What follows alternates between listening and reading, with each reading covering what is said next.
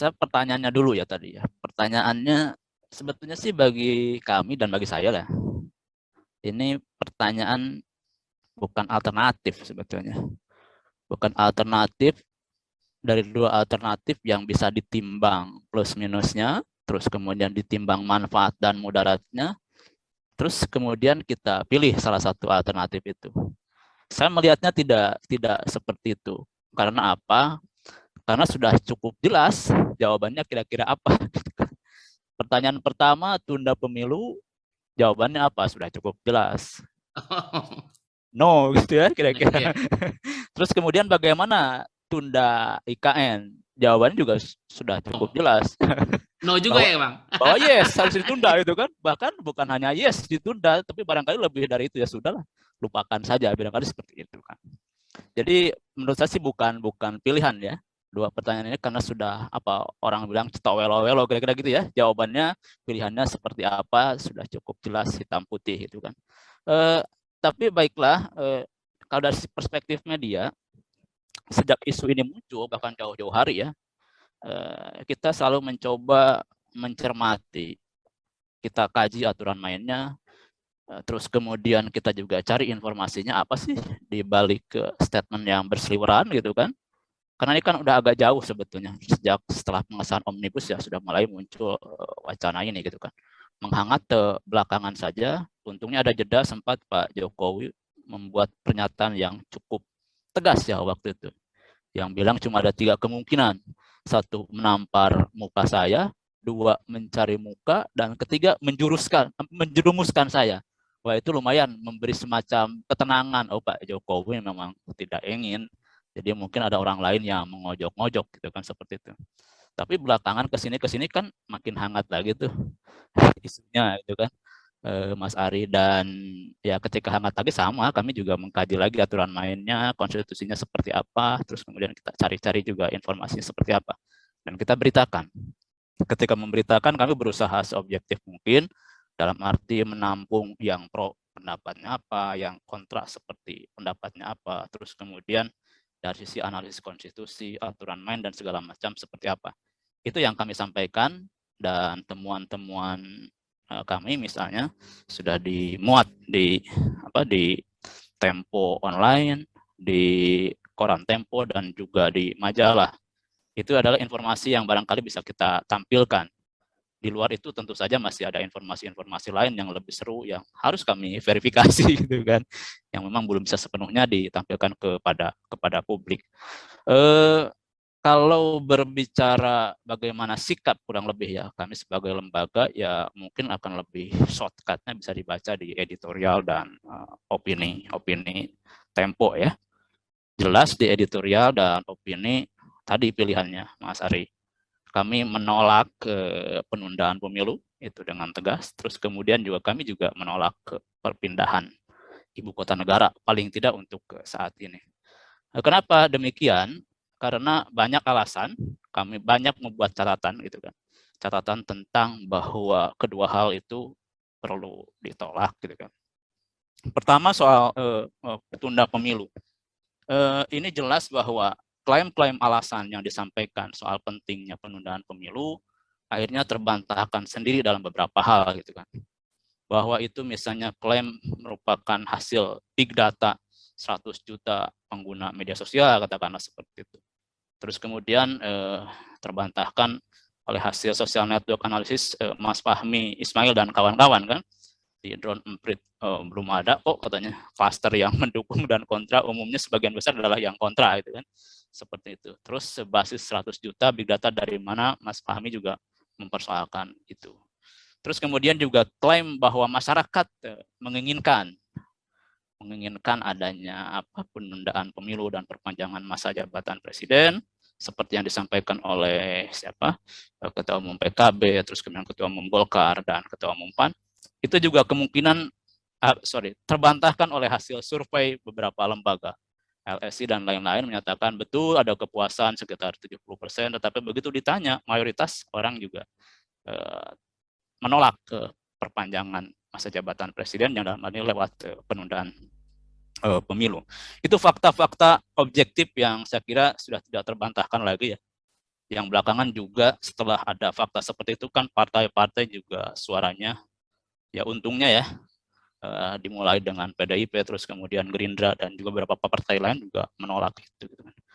Tapi sebetulnya di luar dinamika yang sifatnya terjadi hari ini, kenapa kami menolak ya ada alasan-alasan yang lebih mendasar. Pertama soal bahwa gagasan untuk menunda pemilu dan memperpanjang jabatan presiden itu menabrak konstitusi. Itu yang paling penting sebetulnya. Menabrak konstitusi karena konstitusi sudah jelas bahwa pejabat-pejabat politikal appointee, presiden, wakil presiden, bahkan anggota DPR, DPD, dan DPRD itu dipilih 5 tahun khusus untuk presiden, dalam pemilu 5 tahunan, terus khusus untuk presiden hanya boleh dipilih 2 periode. Artinya apa? Kalau dipaksakan dengan konstitusi sekarang, jelas itu melanggar konstitusi.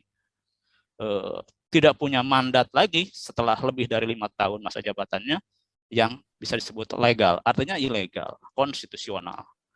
Taruhlah dengan konstelasi politik sekarang, yang koalisi pemerintah menguasai 81%, konstitusi sebagai aturan teks tertulis bisa diotak-atik persis, bisa dengan mudah melakukan amandemen. Kalau memang kita berhitungannya di atas kertas, hitung-hitungan seberapa besar porsi koalisi pemerintah ya. Tetapi yang lebih mendasar lagi, konstitusi boleh dimainkan. Dalam arti setelah diubah konstitusinya menjadi konstitusional, kurang lebih seperti itu.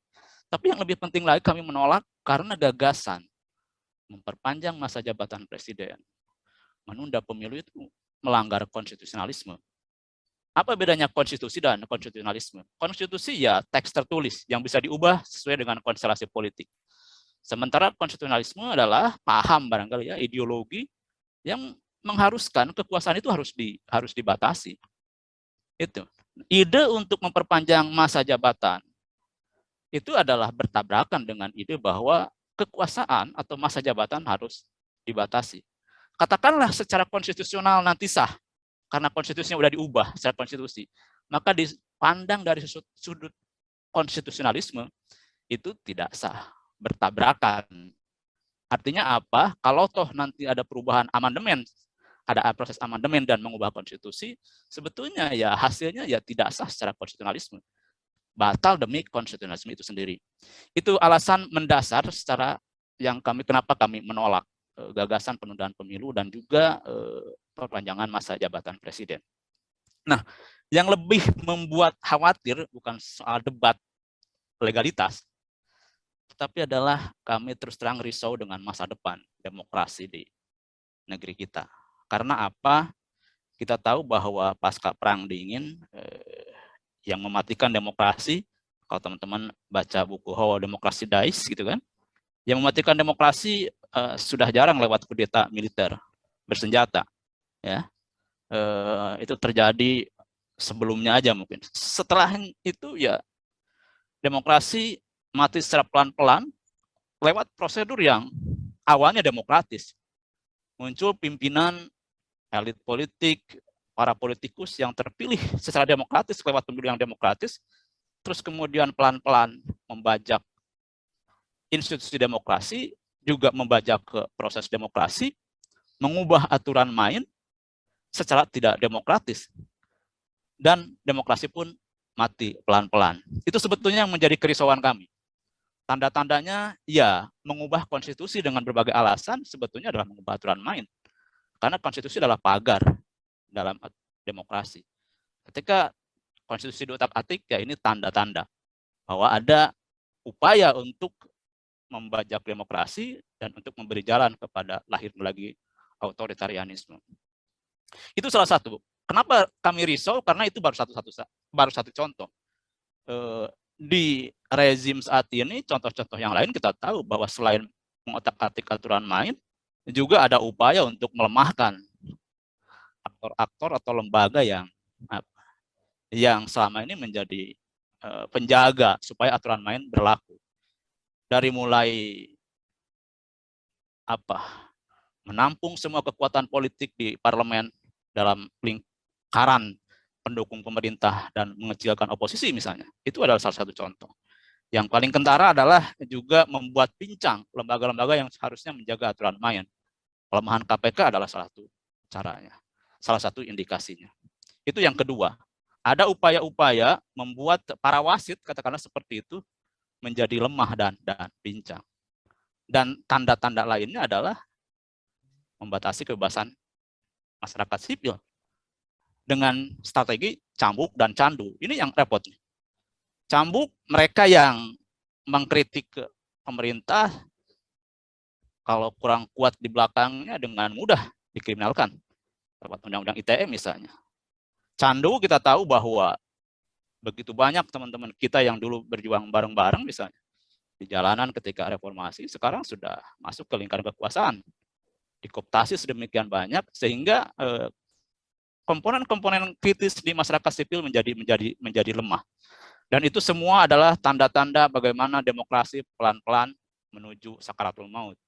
Sehingga kami melihat bahwa wah ini bahaya nih. Jadi memang ide untuk menunda pemilu terus kemudian memperpanjang masa jabatan presiden sebetulnya adalah simptom dari infeksi terhadap demokrasi yang barangkali saat ini belum ada antibiotiknya ya.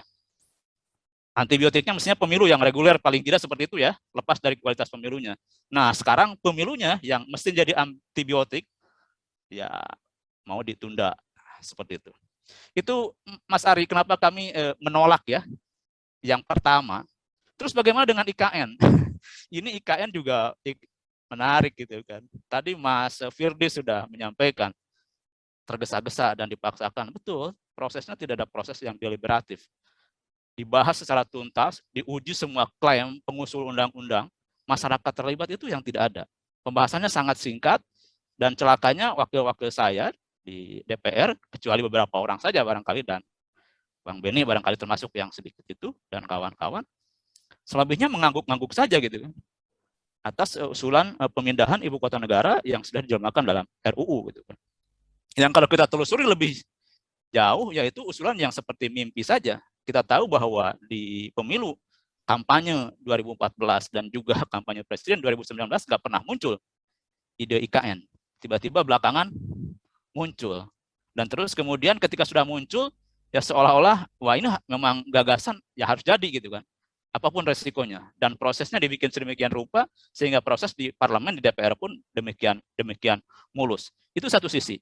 Soal kenapa IKN ya memang rasanya sih prosesnya ya tergesa-gesa, dipaksakan, tidak deliberatif, tidak melibatkan publik dan segala macam dalam pembahasan untuk isu yang sangat penting. Ini bukan pindah kos-kosan kalau kata teman saya, ini memindahkan ibu kota. Ibu kota yang demikian banyak lembaga, memindahkan banyak orang, bukan memindahkan kos-kosan yang bisa dibikin tergesa-gesa. Nah, lebih penting dari itu, kita sekarang sedang krisis ya. Krisis yang sangat besar, kita tahu bahwa 2 tahun terakhir soal penanganan COVID dan dampaknya habis 1.700 triliun. Dan anggaran kita compang-camping, ya untung ada berkah ya, komoditas ekspor dan segala macam naik. Tapi di luar itu kan masalah. Kita sedang habis-habisan mengeluarkan anggaran, tiba-tiba dengan percaya diri, oh kita harus memindahkan ibu kota negara itu kan. Persoalannya mau dibiayai dengan apa? Katakan seperti itu. Dan kita tahu bahwa ya temuan-temuan kami ya di belakang layar para menteri, anggota DPR atau politikus dari partai pemerintah ya bingung anggarannya dari mana, status lahannya seperti apa, tiba-tiba harus jalan dan ini tinggal 2024 itu berapa tahun lagi ya, sebentar. Itu dari situ kita lihat bahwa tidak ada urgensi untuk memindahkan negara dalam situasi krisis seperti ini. Kita tahu bahwa Kuala Lumpur pindah ke Putrajaya pernah ditunda juga gara-gara krisis waktu itu kan. Padahal jaraknya cuma 25 km. Ini Jawa, Jakarta ke Penajam Pasar Utara berapa banyak? Kira-kira seperti itu. Memang tidak ada urgensi, kita sedang kesulitan, tiba-tiba kita harus mengeluarkan anggaran yang lebih besar lagi. Dari mana dananya? Ya kalau APBN nggak ada, ya ujung-ujungnya ngutang. Kalau sudah utang, siapa yang akan nanggung? Ya bukan generasi hari ini, tapi generasi yang akan datang. Makanya kita sebut ini pertaruhan, perjudian sangat besar di era pemerintahan ini. Kalau judi biasa, kalau kalah ya ditanggung sendiri. Kalau judi ini kalah ya generasi yang akan datang. Kita kalau umurnya panjang, anak cucu kita yang harus menanggung. Itu yang kedua alasannya. Kenapa kita menolak pemindahan IKN yang prosesnya tergesa-gesa, tidak deliberatif, terus kemudian kita sedang dalam kesulitan, tiba-tiba harus pindah. Dan karena problem itu, misalnya bisa dilihat dalam opini majalah Tempo beberapa pekan lalu, kita melihat bahwa gagasan untuk memindahkan negara itu berangkat dari yang namanya delusion of grandeur. Kita kasih judul ilusi kejayaan Nusantara ya. Delusion of grandeur ini adalah sebuah konsep sebetulnya psikologis ya, mental disorder yang menghinggapi orang-orang tertentu yang membayangkan bahwa dirinya atau orang-orang sekitarnya punya kemampuan yang jauh lebih besar dari kondisi yang ada. Nah, dalam konteks ibu kota negara, barangkali orang yang kukuh untuk memindahkan ini punya delusi ya, bayangan bahwa Indonesia itu punya kemampuan yang jauh lebih besar dari yang fakta yang sebenarnya. Karena delusion of grandeur itu, maka ya banyak resikonya. Bukan alih-alih mendatangkan manfaat, mudarat yang akan kita petik gitu kan. Karena tadi dibangun tidak berdasarkan skala prioritas kebutuhan dan juga dibangun tidak berbasis berpijak pada kemampuan. Kurang lebih seperti itu.